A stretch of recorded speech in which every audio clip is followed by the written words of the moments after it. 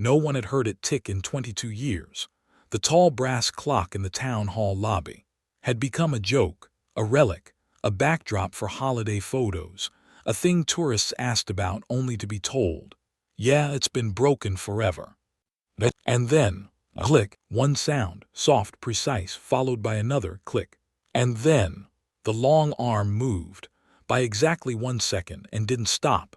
The man who had fixed it didn't wear a badge, didn't work for the city. He was thin, weathered, wearing a worn field jacket, and shoes that hadn't seen polish in years. People had seen him outside the building for months, reading, sketching in a spiral notebook. No one had thought he mattered, until now.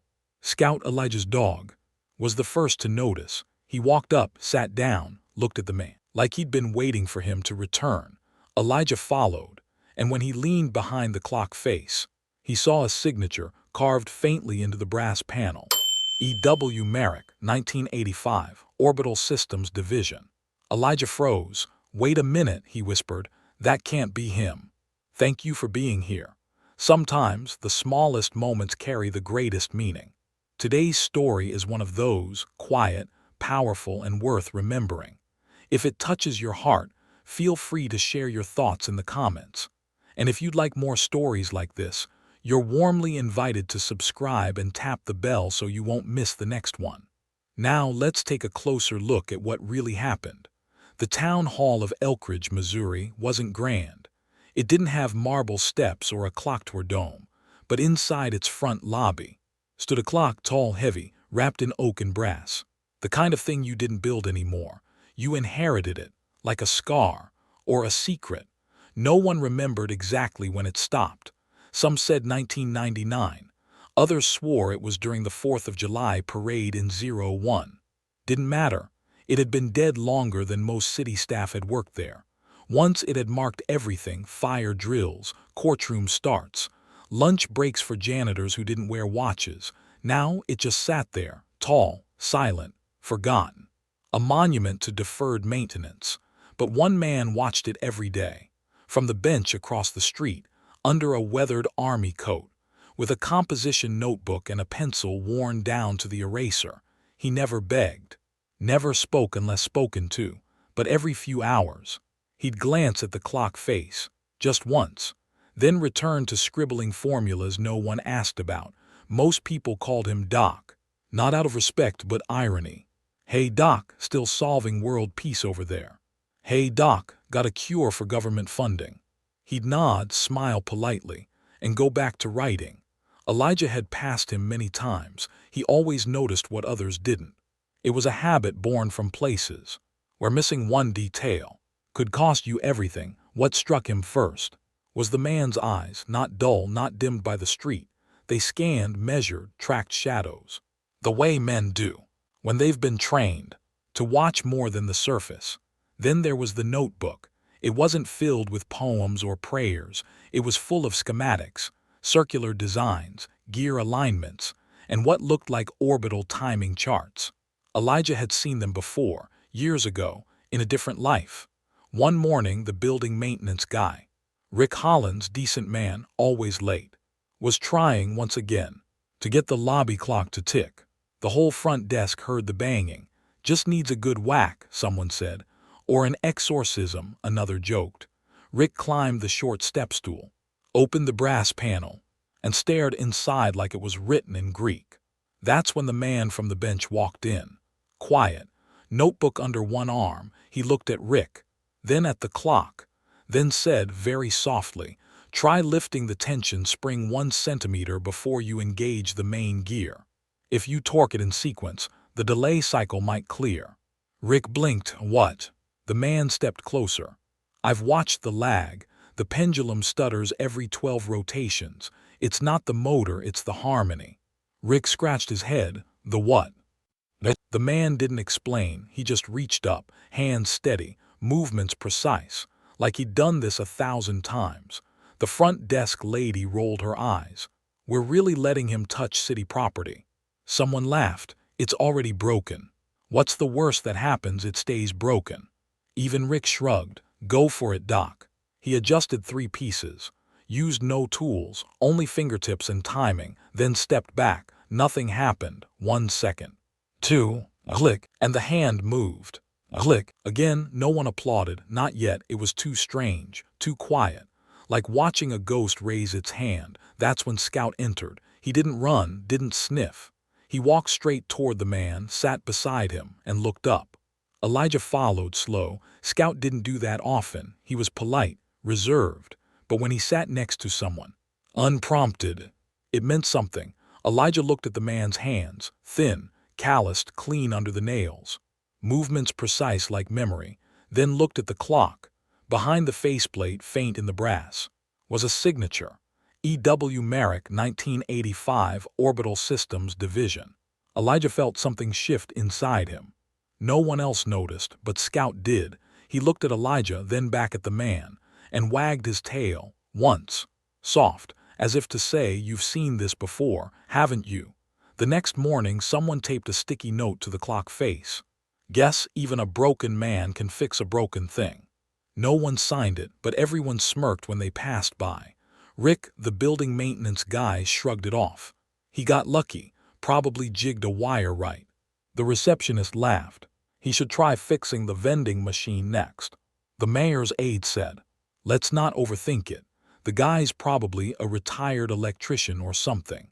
Elijah said nothing, but Scout was restless, nose up, ears turning toward the bench outside the window, like he expected the man to return. But he didn't. Not that day, not the next. Elijah began searching. He didn't start with Google, he started with his memory. Fort Carson. NASA outreach team had briefed special forces on timing precision. He remembered the name.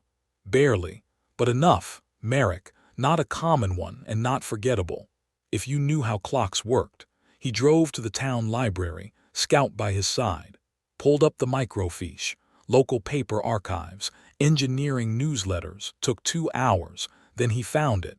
NASA taps Missouri native for shuttle timing project. Published July 6, 1985. Photo. A younger version of the man at the clock, smiling, standing beside a digital simulation of orbital synchronization. Caption read, Edward W. Merrick, Lead Systems Engineer, Orbital Division, Flight Sync Program. Elijah leaned back, closed his eyes. Scout whined once. He reached down and touched his head, then whispered, "So it is you." Back at City Hall, he asked to see the building registry. "Is this about the clock again?" The clerk asked. Elijah just nodded. "Do we even have a file on him?" The clerk snorted. "You mean Doc? He's not on payroll, not even in the volunteer book." Elijah frowned. "Did anyone thank him?" A shrug. "Look, Mr. Boone, this is a town hall, not a rehab center. We let him touch the thing because it wasn't working anyway. Now it works. Good for him. Let's not start putting plaques on things." But Elijah already knew. The plaque had once been there. Just not in this town. That evening he sat on the bench where Merrick used to be. Notebook still there. Inside a Ziploc. Pages filled with handwritten diagrams, formulas, and annotations that read, "Adjusted for drift. Match delta on 90s loop. Ground delay between 0, 5s and 0, 7s watch command sync." Not street talk, not hobby sketches. This was flight data. Then he saw the signature. Every page, same place, bottom right corner, EWM. Elijah whispered aloud, "You never stopped working, did you?" Scout rested his head on Elijah's boot, like an answer. The next morning, Elijah drove to the county archive.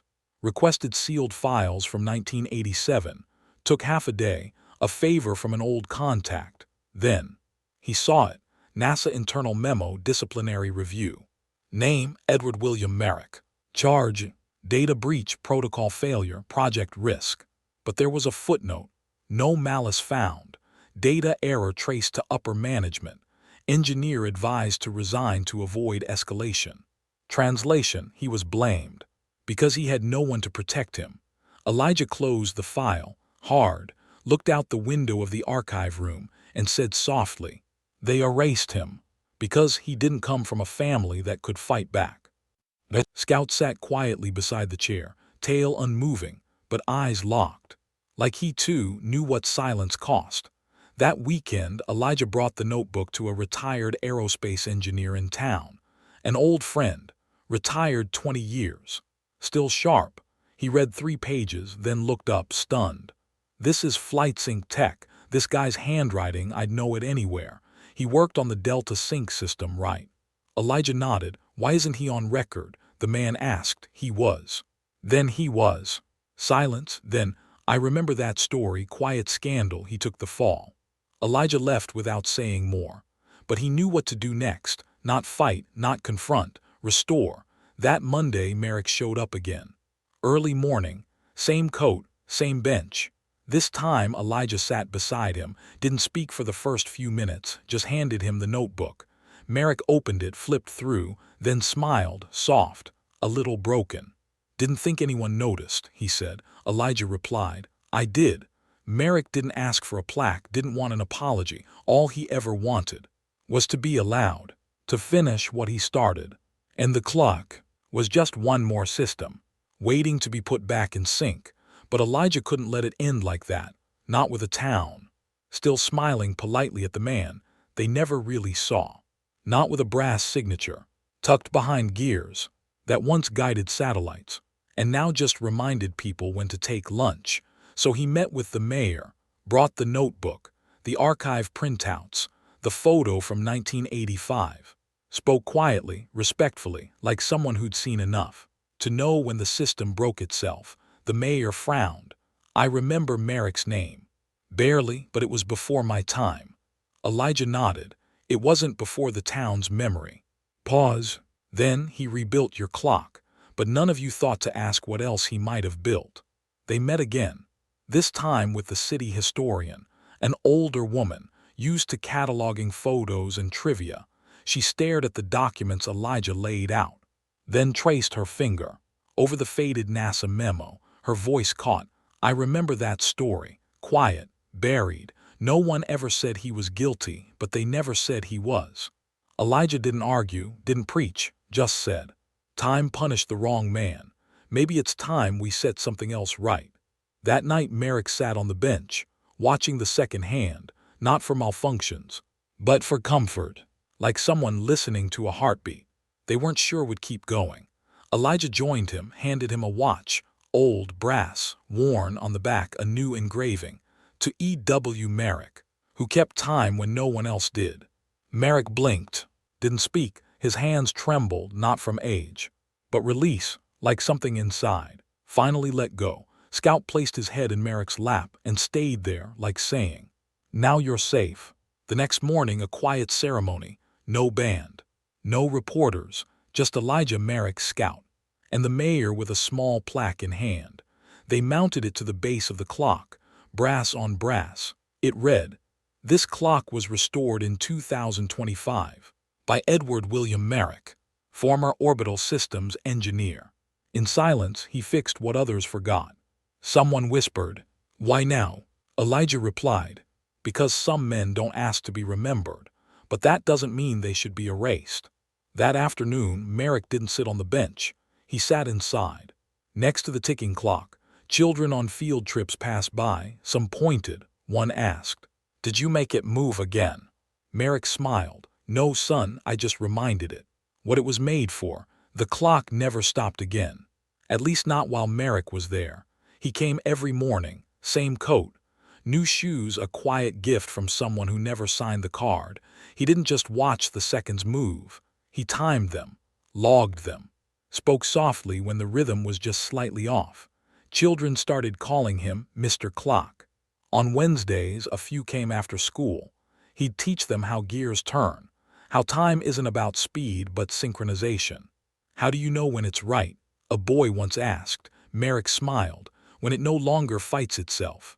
Elijah visited once or twice more. He didn't stay long, just enough to see the seat beside the clock. Had a cushion now. Scout lay there, like he was on duty, even if the world had already been put back in order. One Thursday afternoon, a field trip group arrived. 3rd graders, messy name tags, sticky fingers. One girl stared at the plaque for a long time, then turned to Merrick. Were you really an engineer? He paused, then said, I still am. They didn't understand the weight of that, but Elijah did, from across the lobby. He nodded once, hands in his pockets. Merrick nodded back. That was enough. Some men need no apology, only space to finish their sentence. A week later, the librarian added a new entry to the town's archive. Edward William Merrick, contributor, educator, engineer. And below it, taped gently, a photocopy of a napkin sketch. His original gear alignment for the town hall clock, initialed EWM. Some people don't ask to be remembered. They ask to be understood. Some names are erased, not by law, but by silence. But if time has the courage to keep moving forward, maybe we should too, not to fix the past, but to acknowledge it, to learn from it, to return what was taken, even if it's just a name on brass. If this story moved you, leave a comment for someone who never got the thanks they deserved, someone you remember, or someone you wish the world had noticed sooner. And if you believe in quiet justice, in clocks that still tick, and men who never gave up keeping them honest, you're already part of this story. Scout and Elijah will be back, right on time.